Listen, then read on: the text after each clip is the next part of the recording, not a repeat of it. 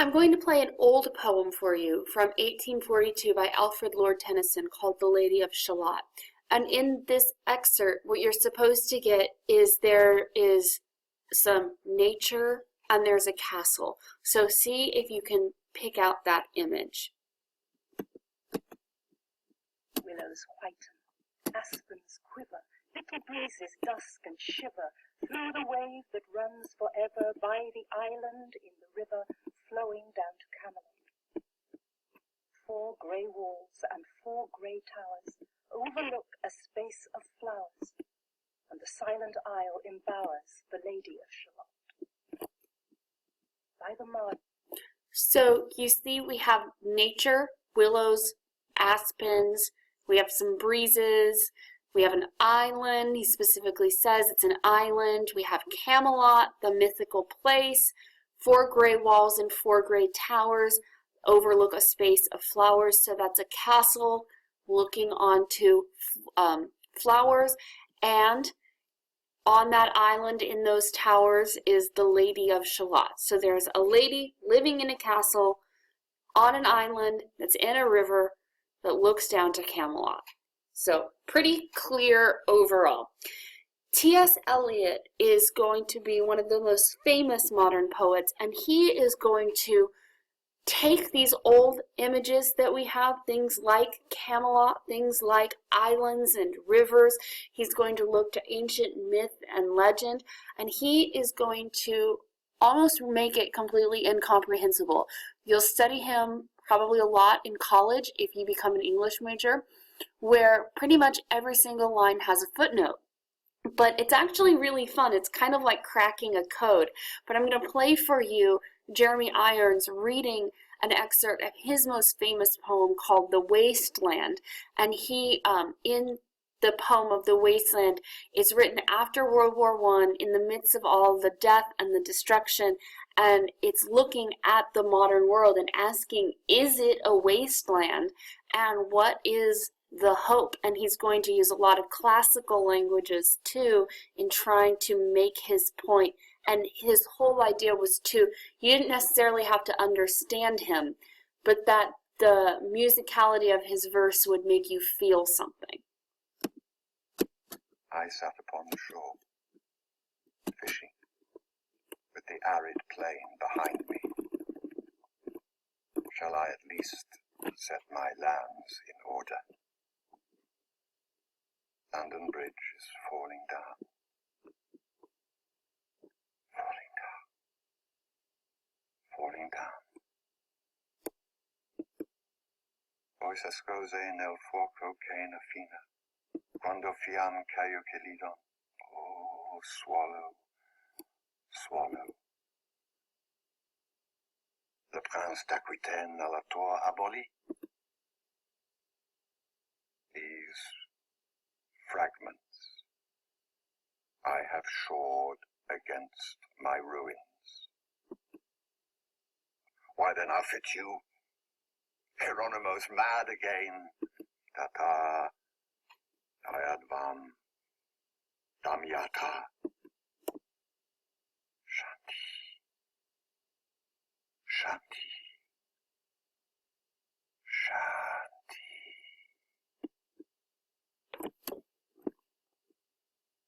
So in Eliot's interpretation, we have hearkening back to older songs, children's songs with iconic landmarks.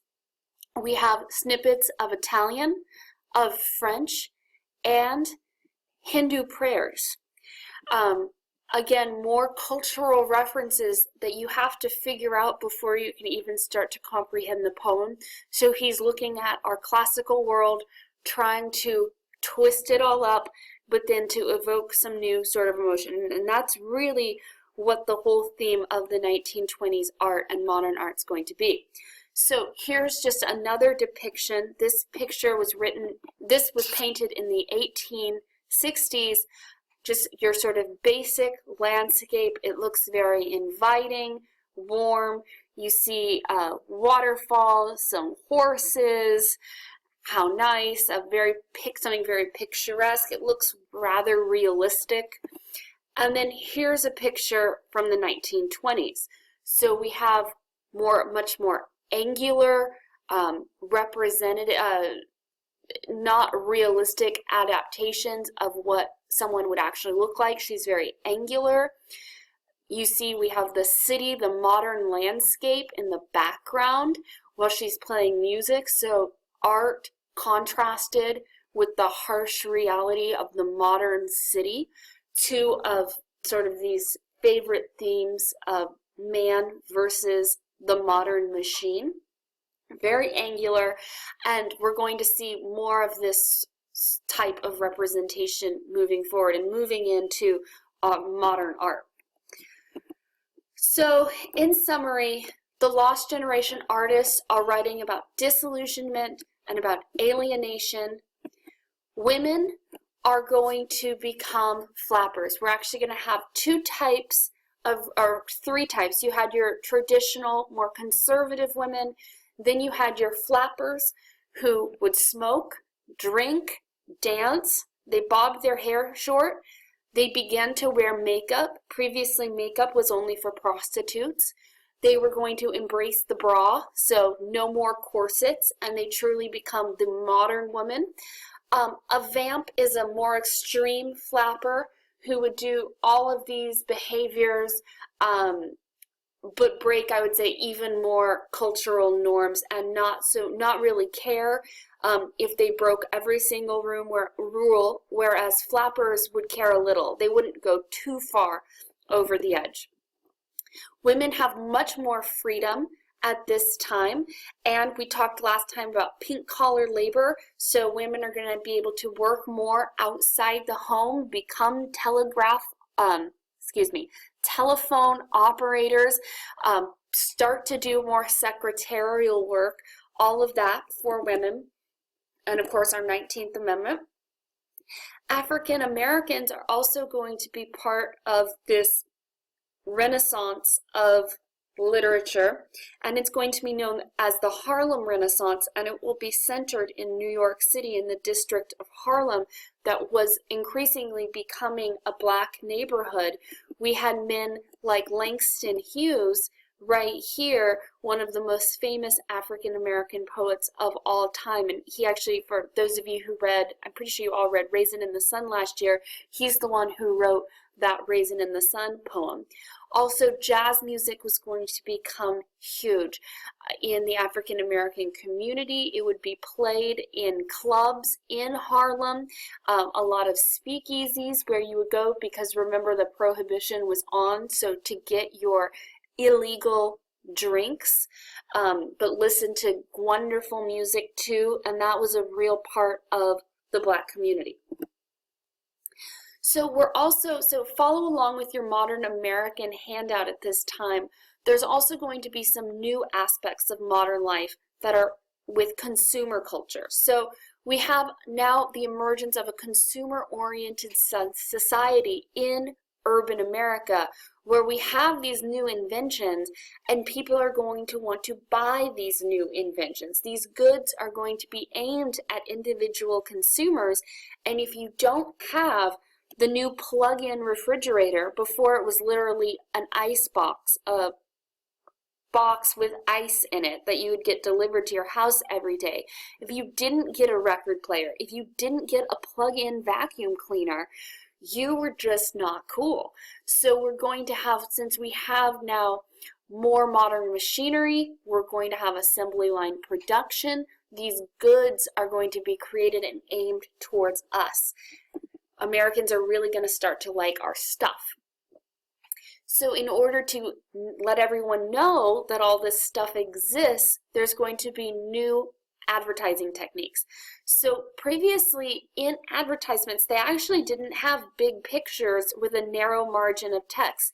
Anytime you see that today, big picture, a little bit of text on the side, that is directly related to the 1920s and these modern ad techniques.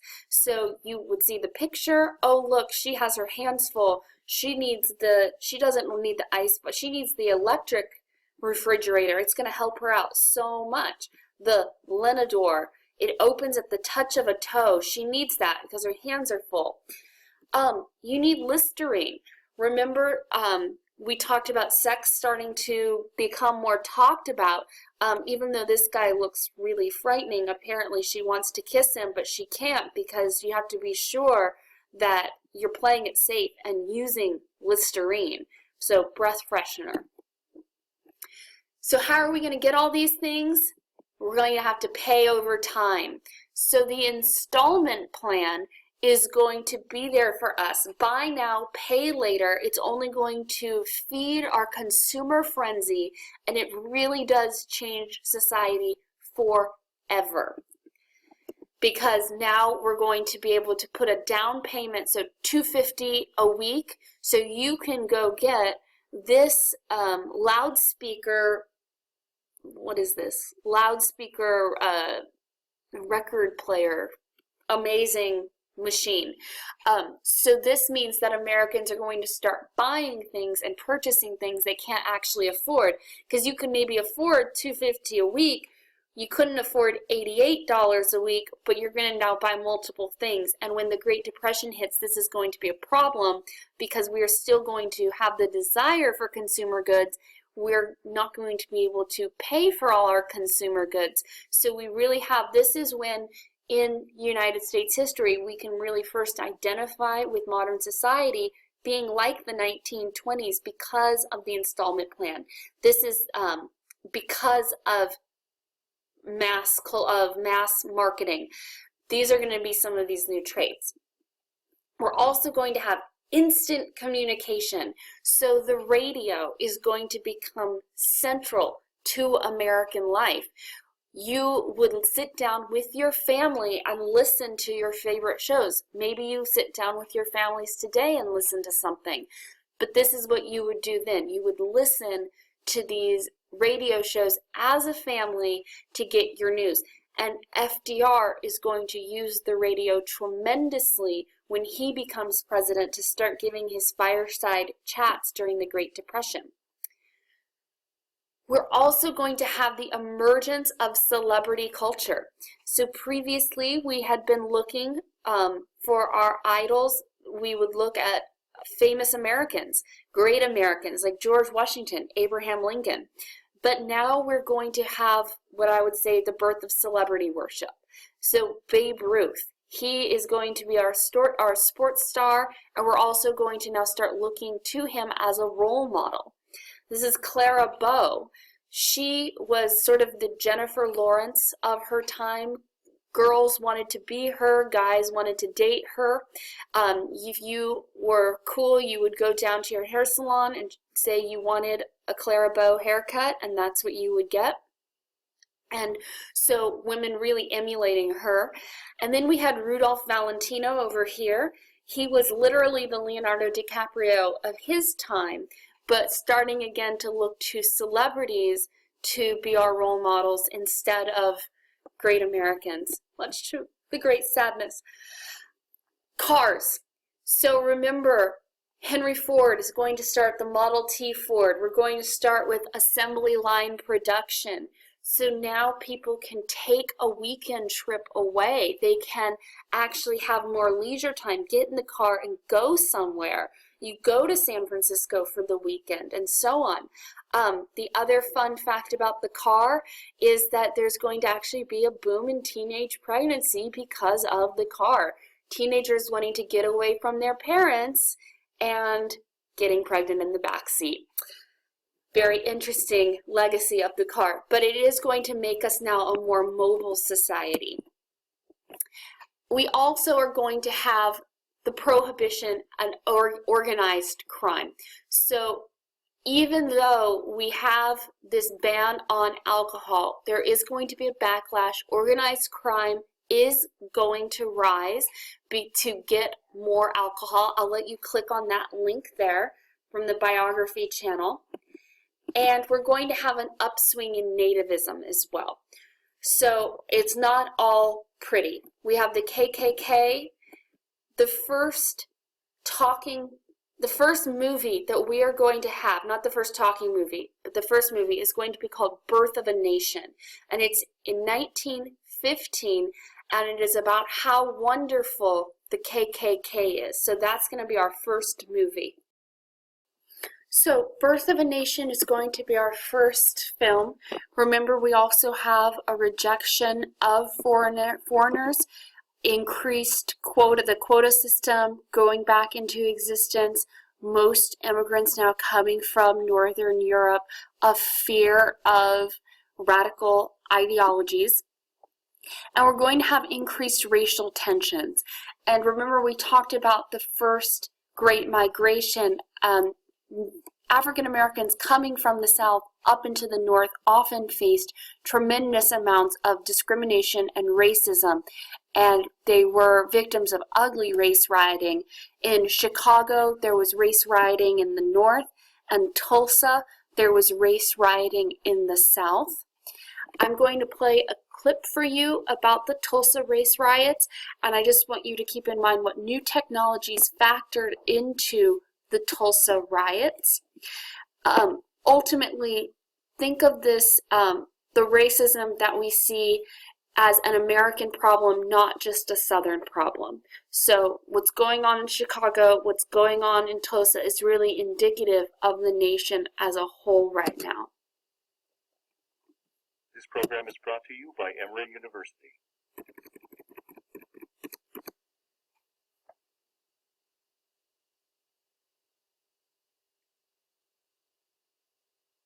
Tulsa, the African American community in Tulsa was relatively prosperous, well educated. I mean, they had done everything that they were supposed to do in terms of the American dream.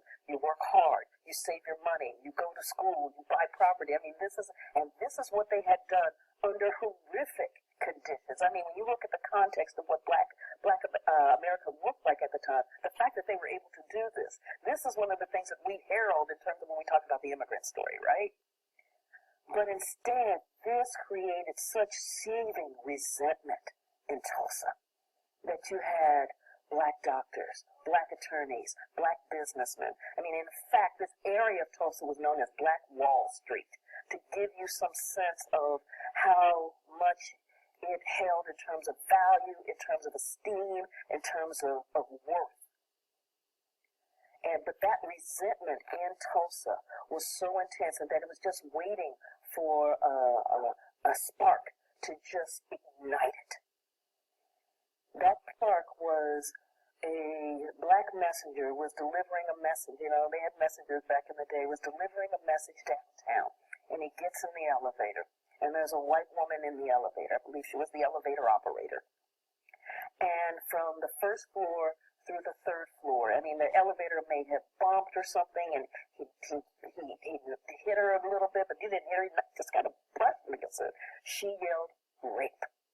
Now, to understand what the charge of rape means when a white woman yells rape against a Black man in this period, because part of understanding the violence that African Americans faced was to deal with the issue of what was called the sanctity of white womanhood.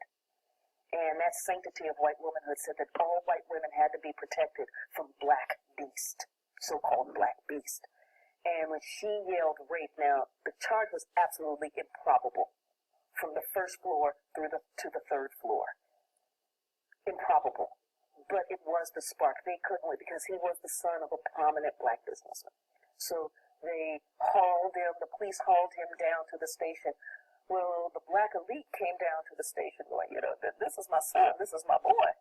You're not my son, do this. What's his bail? And I was like, oh, uppity. How dare you come down here? How dare you? And because the African American community sensed that the sense of anger and violence was rising, it wasn't one or two that came down, there were several of them that came down. They're like, oh, so what, are you going to storm the jail? I said, no, but we're here for justice. We're here for justice. And then the lynch mob began to form in Tulsa. It's like, oh, these are some uppity Negroes who need to be put back in their place. And the violence began. Black Tulsa was, the lynch mob rolled in, but they also came in airplanes, dropping bombs on Tulsa. Black Tulsa. There are descriptions and depictions of African Americans being decapitated, being forced to kneel down and just having their heads severed. There are the pictures of the strafings, of the bombings, of the shootings. Nobody's quite sure what the death toll is. But when you look at the pictures, what you see is an area that had once been thriving.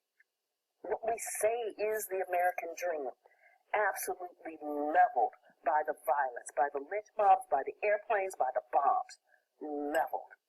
Black Tulsa has never recovered. As the bombings are happening, as the violence is happening, as Tulsa is on fire, the governor of Oklahoma was like, whoa, maybe, I probably should. The feds are looking up going, this is not our issue. I bet you stopped. Wow. Nothing we can do here. And that is so indicative of the imbalance that has happened in terms of justice, in terms of rights, in terms of the protection of basic civil and human rights for African Americans in the United States. The preceding program is copyrighted by Emory University. So you saw that they used airplane technology to bomb Tulsa to quote-unquote solve the problem, and that is going to be a change. We're going to start to see more of these new modern technologies used to be on the side of whites versus blacks. I want you to also be sure to pay special attention to page 648 in your textbook, The New Negro and the Back to Africa movement. We'll bring that up in class when we get back. All right, thank you.